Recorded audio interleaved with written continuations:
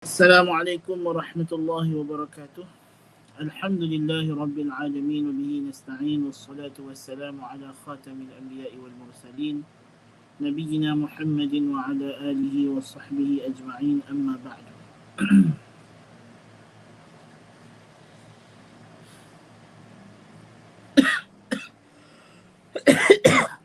Hadirin hadirat dirahmati Allah Subhanahu wa taala.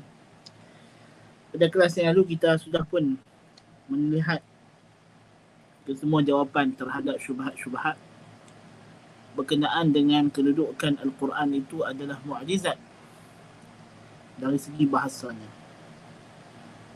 Jadi jelaslah kepada kita bahawa Al-Quran itu mukjizatnya yang paling besar adalah Al-I'jazul Balaghi. Mukjizat dari segi bahasa, dari segi kefasihan, kepetahan. Cuma ana suka nak memperingat dan memahamkan kepada kita. Konsep yang betul bila kita cerita pasal bahasa. Bahasa bukan sekadar huruf dan kalimah, tetapi juga adalah makna yang terkandung di sebalik kalimah. Kerana bahasa itu ialah ta'bir. At-ta'bir 'anil ma'ani al-qa'imah bin nafs. Mengungkapkan makna yang ada dalam diri seseorang. Itulah bahasa. Sebab itu kita dah belajar Al-Quran kalamullah ghairu makhluk, hurufuhu wa ma'ani. Huruf dan makna. Kerana dalam memahami bahasa ini, golongan sebahagian ahli falsafah dia melihat di sana ada dikotomi, dia ada perpecahan, pembahagian di antara bahasa dengan makna, language and meaning. Mereka melihat di sana ada dikotomi between language and meaning. Jadi bagi mereka bahasa itu ialah berbentuk sastra, berbentuk sedak. Dan makna adalah satu bahagian yang lain. Jadi kita tidak maksudkan begitu untuk Al-Quranul Karim. Ya. Ahli falsafah dengan ahli kalam melihat Al-Quran itu yang bahasa Arab itu bahasa, maknanya tidak. Maknanya di sisi Asy'ariyah ialah qaimun billah, ada pada Allah Ta'ala, makna tidak turun ya, kepada Nabi SAW.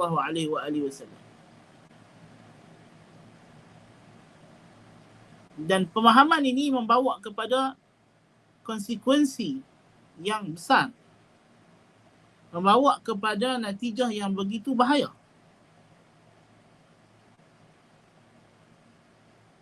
Membuka pintu kepada takwil. Yang kita maksudkan dengan takwil ialah hermeneutics. Dan kalau kita nak faham perkara ini, kita kena faham agama-agama Yunani, mereka melihat kitab-kitab suci ini, dia adalah bahasa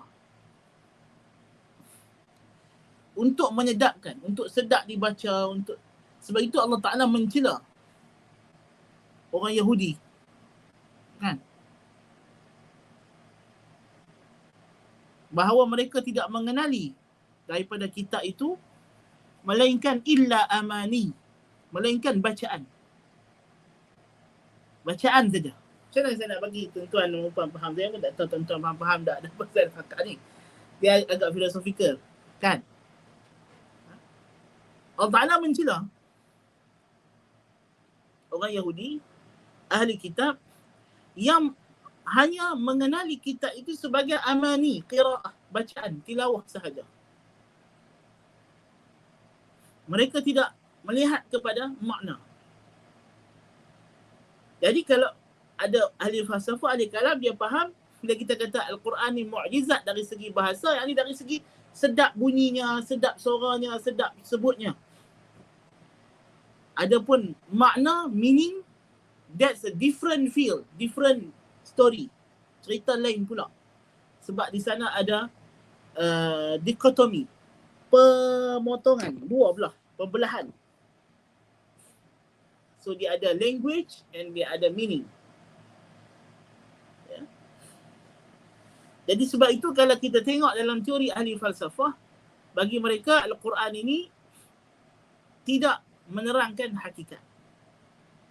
Dia hanyalah ayat yang sedap, yang diturunkan untuk dibaca oleh orang awam. Adapun realiti, kebenaran, itu diperolehi dengan pemikiran. Dan apa yang kita fikir, apa yang kita rumuskan, inilah yang kita kena letak sebagai makna Al-Quran. Inilah dia sebenarnya bahaya pahaman takwil dan tafwid. Dia sangat filosofikal. Jadi sebab itu orang tak nampak. Bukan kata orang awam, maksudnya ulama Islam. Mereka hanya nampak, oh takwil ni tujuan dia bagus, kita nak tanzih Allah Ta'ala. Tafwid ni tujuan dia bagus, kita tanzih Allah. Tapi mereka tidak tahu di sana ada kesan yang tidak perasan, di sana ada kesan yang besar. Dan inilah yang dapat yang ditangkap oleh Syekhul Islam Ahmad ibn Abdul Halim ibn Abdul Salam Ibn Taymiyah Al-Harrani radhiyallahu anhu, yang mana benda ini telah pun difahami oleh ulama salafus salih sebelum itu lagi. Tapi ahli kalam dan ahli falsafah, mereka tak nampak bahaya dari kat sini. Ya. Jadi turun ayat Ar-Rahmanu 'alal 'arsy istawa. Ya, bacaan sedap. Tetapi adakah ayat ini menceritakan hakikat Tuhan bahawa dia itu beristiwa di atas arsy? Bagi mereka itu tidak. Dia tidak menceritakan realiti. Realitinya ialah apa yang kita kena fikir dengan akal kita.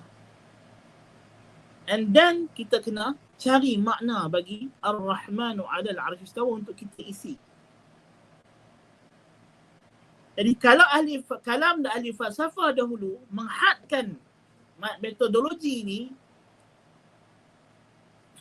hanya kepada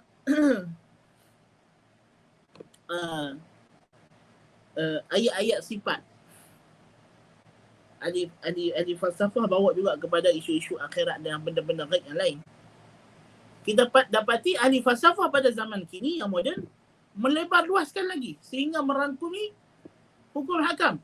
Itulah pahaman hermeneutik moden yang kita ada hari ini. Yang melihat Al-Quran itu bersifat historis, bersifat sejarah, yang mana maknanya perlu ditukar supaya sesuai dengan zaman dan tempat. Macam mana orang Kristian buat kepada takwil mereka terhadap hukum hakam ajaran Bible, ya. Macam tu juga umat Islam kena cari takwilan, tafsiran baru kepada hukum hakam Tuhan. Jadi orang zaman sekarang sudah boleh menerima LGBTQI+, sudah boleh menerima benda-benda itu dianggap tidak bermoral, sekarang dianggap bermoral. Jadi kalau ada larangan-larangan terhadap perkara dalam Quran, kita kena cari satu hermeneutik baru, satu tafsiran, satu takwilan baru supaya hukum itu boleh diubah dan sesuai dengan peredaran zaman. Kata mereka lah. Kerana bagi mereka, larangan Al-Quran terhadap amalan LGBTQ+ ini tidak qat'i. Tidak ada ayat Quran yang qat'i dari segi dalalah, dari segi meaning. Ini yang mereka maksudkan dengan al-adillatul lafziyah la tufidul yaqin. Dalil-dalil lafzi, iaitu wahyu, tidak memberi faedah yakin. Apa makna? Maknanya tidak ada satu makna yang konklusif bagi satu ayat. Sebagai misal, bila Allah Ta'ala kata, يا أيها الذين آمنوا كتب عليكم الصيام كما كتب على الذين من قبلكم لعلكم تتقون. Puasa, saum. Dan kita belajar usulul fiqh, kita faham dalalah ayat ini ialah konklusif berkenaan dengan satu ibadat namanya as-saum yang tersendirikan. Alif lam pada as-saum itu ialah lil ahd. Seperti mana kata Ibnu Ashur rahimahullah ta'ala, macam kita dah belajar sebelum ni, as-saum itu ialah perkara yang dikenali oleh orang Arab. Ibadat puasa tu orang nak kenal. Pasal orang Arab mereka ada puasa hari Ashura. Betul tak? Yang kata kita tak belajar pula. Kan? Kelas hari Abu kita belajar ayat ni, ya ayyuhallazina amanu kutiba alaikumus siyam. Ya ayyuhallazina amanu kutiba alaikumus siyam kama kutiba alal ladzina min as-siyam. Kalimah as-siyam al ni lil ahd. Sebab orang Arab kenal as-siyam. Apa dia saum itu? Ibadat tu dia kenal. Dia tahu. So as-siyam bukan satu perkataan yang terbuka kepada apa saja. Tidak. Sama juga bila Allah Ta'ala kata, ya ayyuhallazina amanu. Allazina amanu. Apa makna amanu? Waktu Ibn Taymiyah kata, kita tak boleh faham amanu di sini adalah sekadar tasdik, membenarkan. Dia adalah satu pembenaran tasdiqun khas yang dipahami dengan mustalah syar'i. So Al-Quran dia ada dalalah, meaning. Setiap perkataan dia ada meaning. Dia tidak berpisah daripada makna. Dan lafaz itu yang menyampaikan kita kepada makna dan mukjizat dia. Bila kita kata dia bahasa, mukjizat bahasa tu apa? Iaitulah bahasa Al-Quran itu bawa kita kepada meaning dengan tepat. That is kehebatan satu bahasa, kefasihan. Lepas tu dalam bahasa Arab, bila kita sebut balaghah, dia bukannya ayat yang pelik-pelik yang orang tak faham. Orang Arab, balaghah, mesti ayat yang orang mudah faham. Lepas tu bila kita belajar balaghah, kita kata 4. 3 contoh yang disebutkan, 3 ni ialah contoh tidak balaghah, bukan balaghah lah. Kan? Yang pertama, madza takaktum alayya katakakuikum ala dhi jinnatin ifranqa'u anni. Takaktum ni, ini contoh kita buat untuk apa? Kalimah takaka'a ni ialah contoh tidak balaghah, tidak fasih. Betul tak? Contoh ketidakfasihan, ketidakbalaghahan. Sebab kalimah takak-ka'a ni orang Arab majoriti tak faham. Hanya Mamat Badui ni seorang yang faham makna takak-ka'a, iaitu ijtama'a. Limadza takak-ka'tum alayya katakaku'ikum ala dhi jinnah ifranqa'u anni. Orang tak faham pada takak-ka'tum ni apa. Orang Arab semua tak faham. Bila tak faham, jadi tak balaghah. Balaghah itu bila kita menggunakan perkataan yang majoriti orang faham. That's balaghah. Lepas tu senang nak sebut, tak ada belik-belik mulut. Sebab tu datang contoh kedua tak balaghah apa dia? Wa qabru harbin bimakanin qafru wa laysa biqurbi qabri harbin qabru. Betul tak? Ni contoh untuk apa ni? Contoh untuk ketidakbalaghahan, ketidakfasihan, bukan contoh untuk fasih. Kan? Wa qabru harbin bimakanin qafrin walaysa biqurbi qabri habrin qabru. Ada berulang huruf qaf banyak kali. Qahbara banyak kali. Jadi susah nak sebut, maka orang nak kata ni tak balaghah, tak fasih.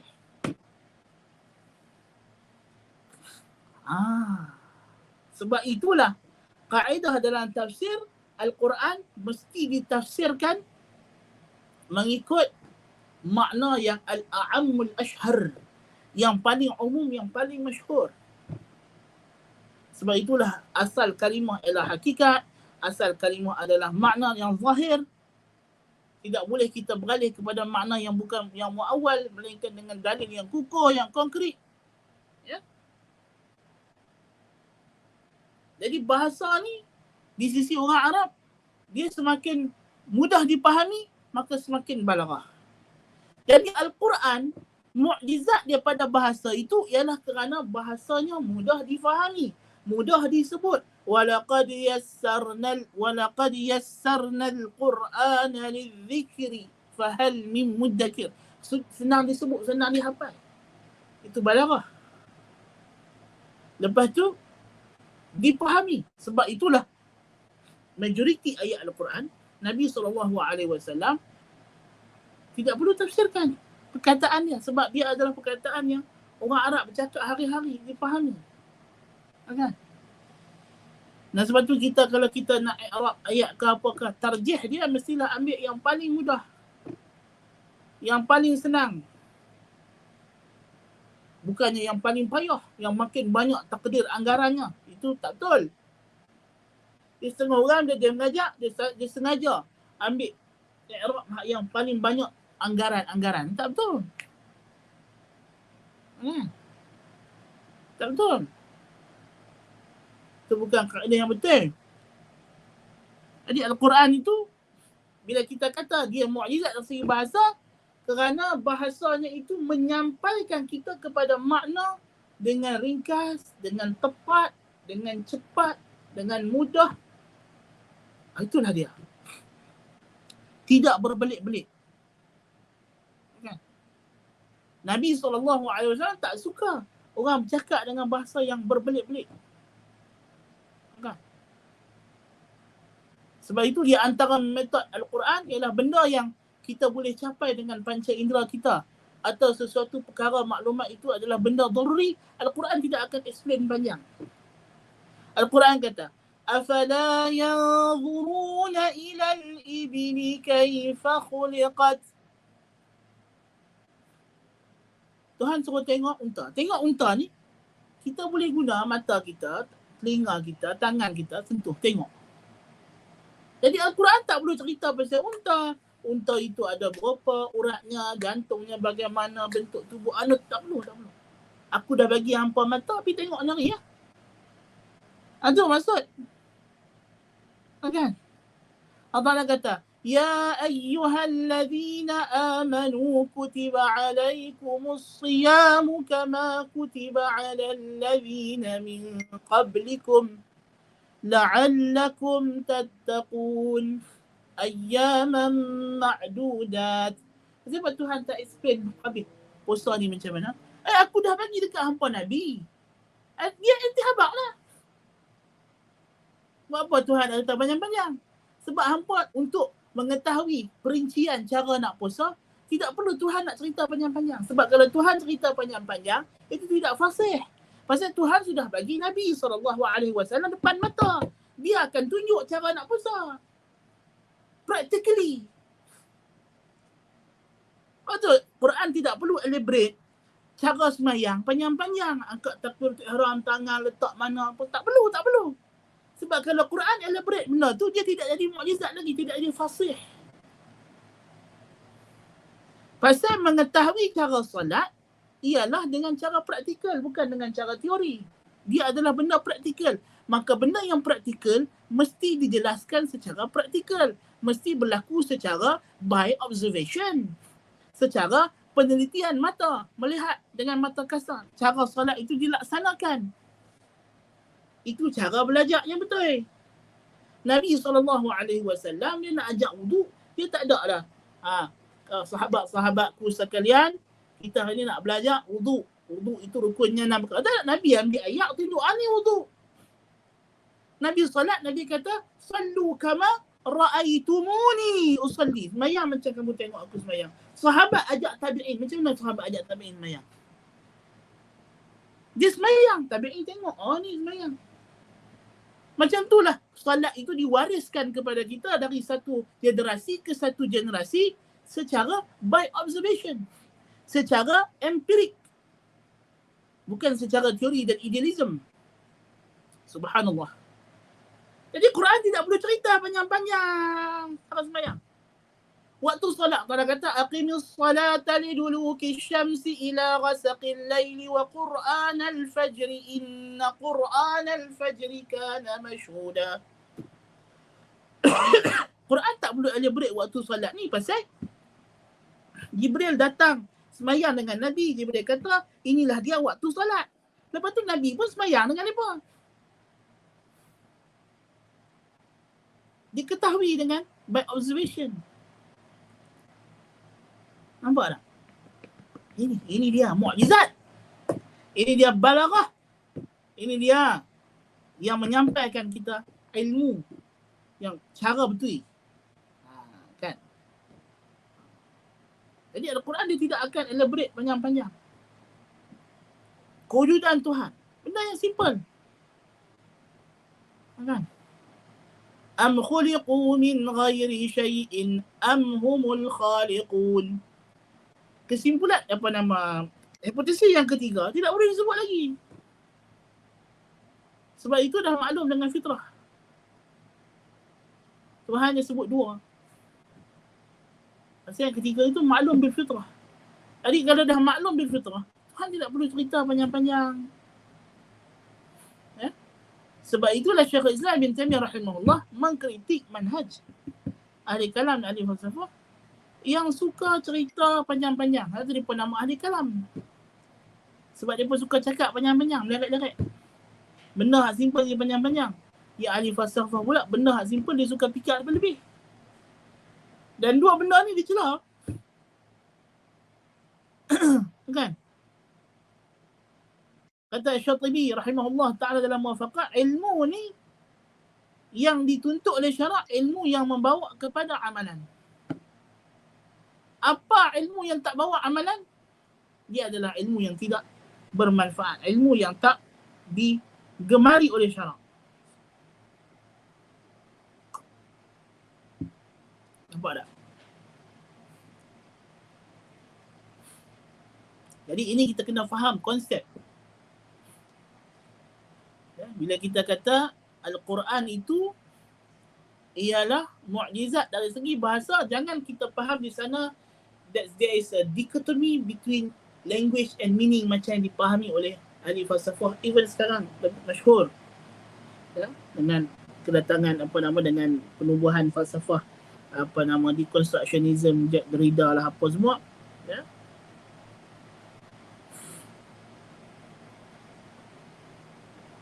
Itu semua tidak betul.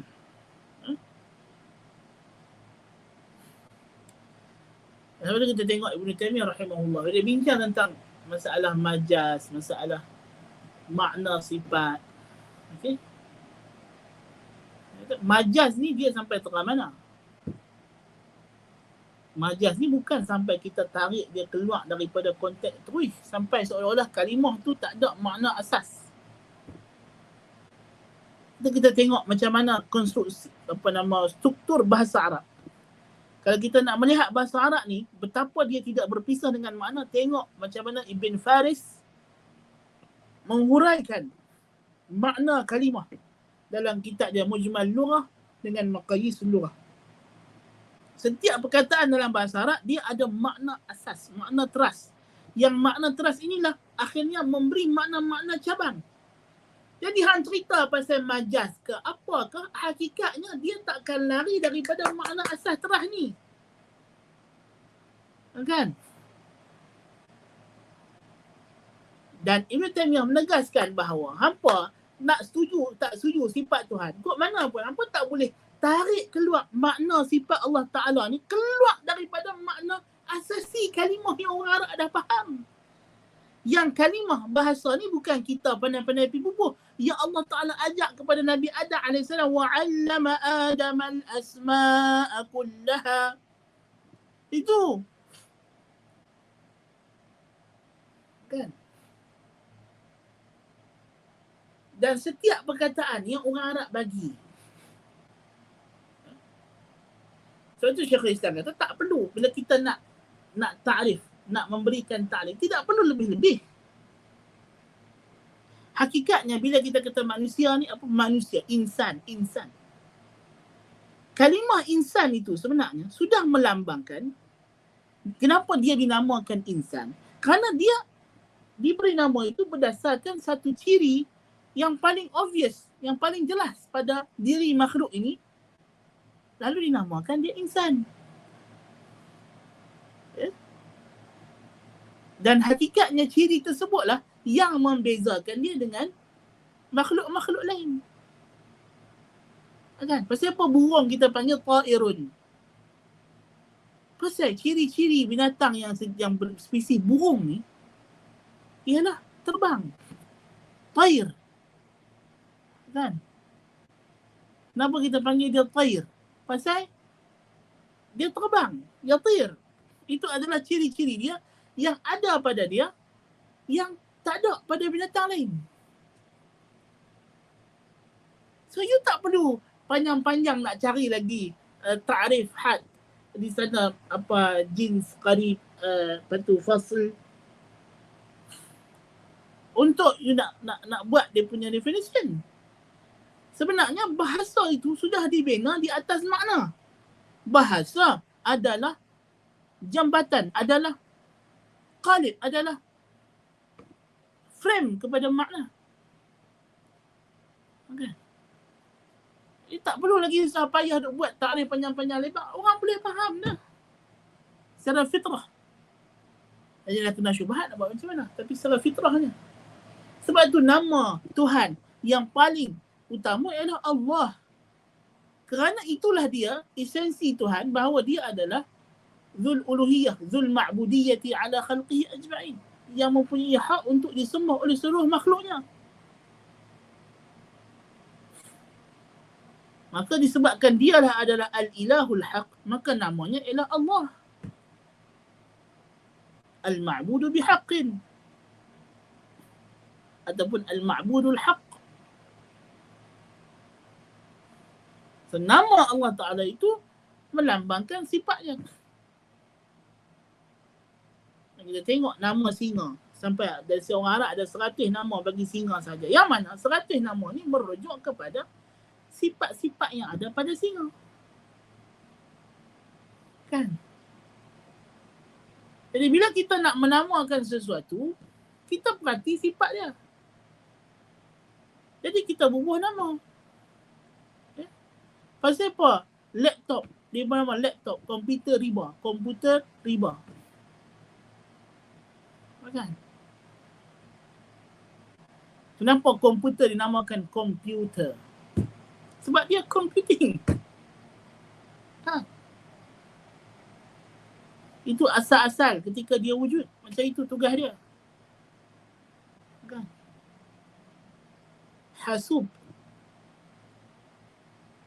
Jadi, dinamakan benda itu berdasarkan sifat esensi dia. So, kita tak perlu cerita panjang-panjang, nak cari ta'rif, had, jami', mani', lepas tu nak kena tahu pula apa nama kulliyatul khams, apa semua nak ikut ilmu mantik.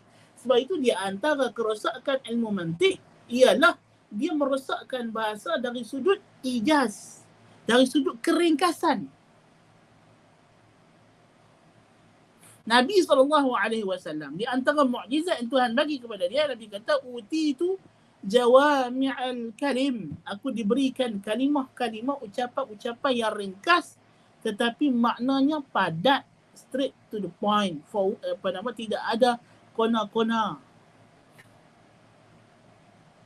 Okay.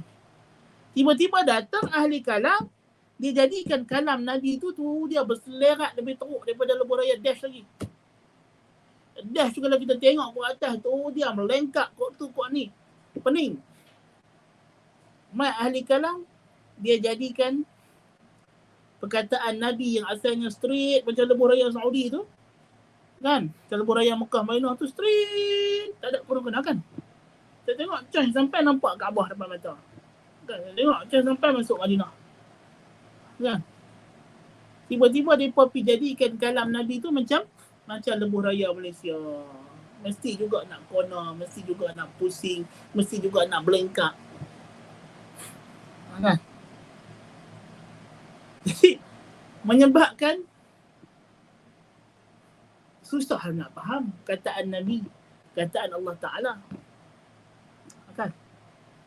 Jadi kita, bila kita kata Quran itu adalah mukjizat dari segi bahasa, ini maksud kita. Bukan dia sesuatu yang terpisah daripada makna. Bahkan makna Al-Quran itu tidak akan dipahami melainkan dengan bahasa yang ia diturunkan. Itulah yang Ibn Taymiyah kata kena faham dengan makna zahir. Makna zahir itu itulah dia. Maknanya dia tidak terpisah daripada makna. Quran itu pun bukan lafaz sahaja. Makna asing pula. Tak. Hurufu wa ma'ani. Huruf dan makna sekali turun. Jadi kalau kita boleh faham teras falsafah ini, kita akan nampak lebih jelas apa isu sebenarnya tentang takwil, apa isu tentang makna zahir, qadar mushtarak, apa semua ni. Dia very berkaitan dengan filosofi of language yang begitu tinggi. Kan?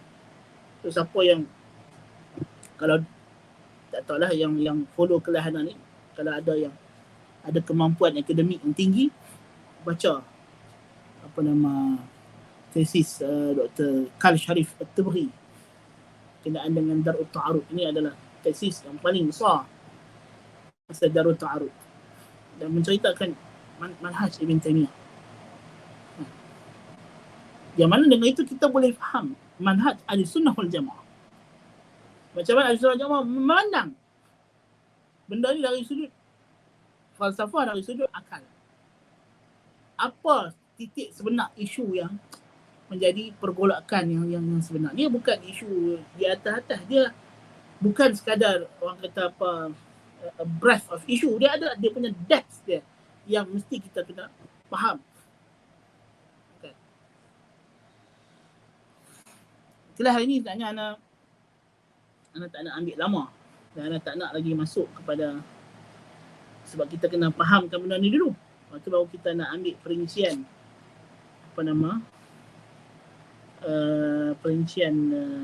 mukjizat Al-Quran sebab musannif.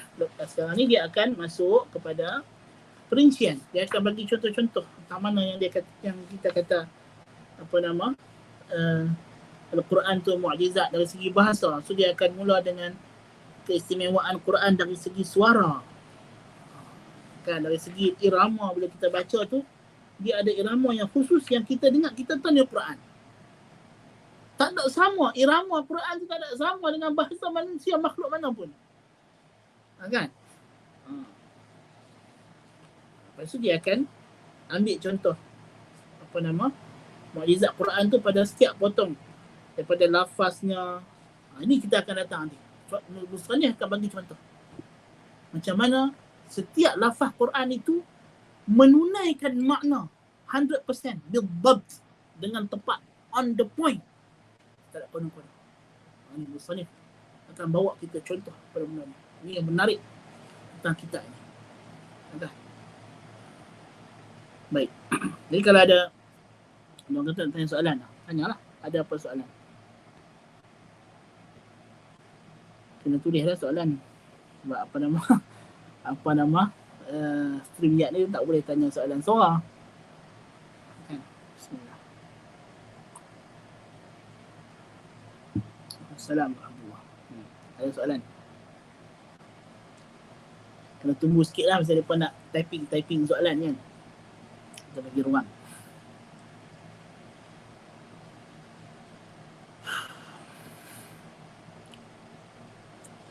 Jadi ringkas ya, apa yang kita kena faham daripada cerita tadi ni, walaupun singkat tetapi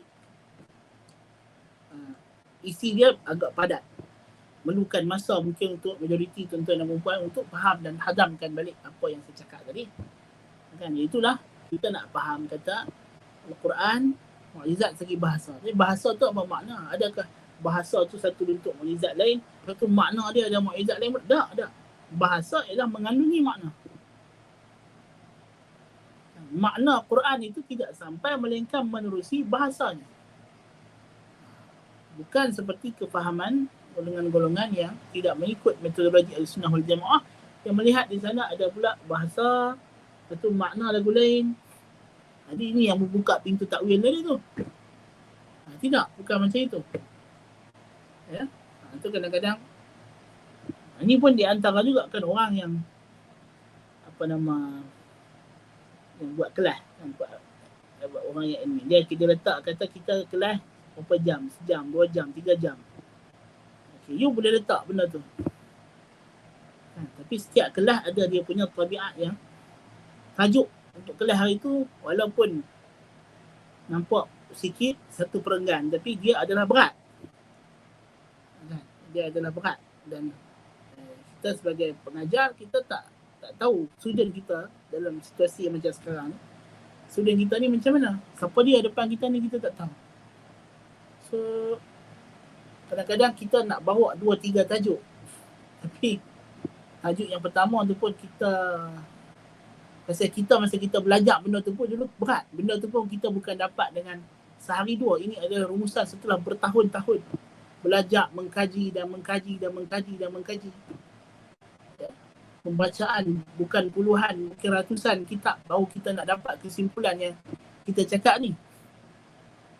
So dia bukan benda yang datang macam tu sahaja. Jadi bila kita faham benda yang kita dapat ni adalah suatu perkara yang kita rumuskan dengan begitu banyak bahan, dan kita tahu bila pelajar nak hadam pun bukannya dia boleh hadam sekaligus. Mungkin dia kena ulang dengar kelas yang singkat ini banyak kali.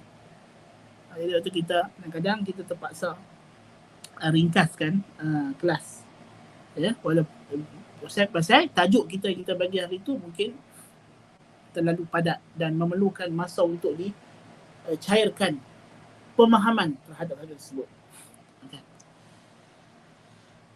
Baik, kalau tidak ada apa-apa soalan, walaupun ada orang tanya tapi mungkin tak tanya, kita tangguhkan kelas pada pagi ini. Walaupun kelas pagi ini nampak sekejap, tapi ini penting. Jadi kalau antum dah faham apa yang nak cakap hari ini, kelas minggu depan and the next kita akan licin, kita akan melonsok licin. Tapi kalau kelas hari ini kantoi, kita akan banyak kali start pada kelas akan datang. Ya? Tapi anda harap kita akan smooth dan licin insya-Allah taala. Ya. Jadi semoga Allah Ta'ala memberkati apa yang disampaikan dan menjadi termasuk dalam amal soleh kita, baik kepada yang mengajar dan juga yang belajar, dan semoga Allah Ta'ala mengurniakan kepada kita kefahaman, memudahkan kita untuk faham, beramal dan memberkati ilmu kita. Qultu lakum ma sami'tum subhanakallahumma bihamdika asyhadu an la ilaha illa anta astaghfiruka wa atubu ilaik. Sallallahu ala Muhammadin nabiyil ummi wa ala alihi washabbihi ajma'in. Assalamualaikum warahmatullahi wabarakatuh.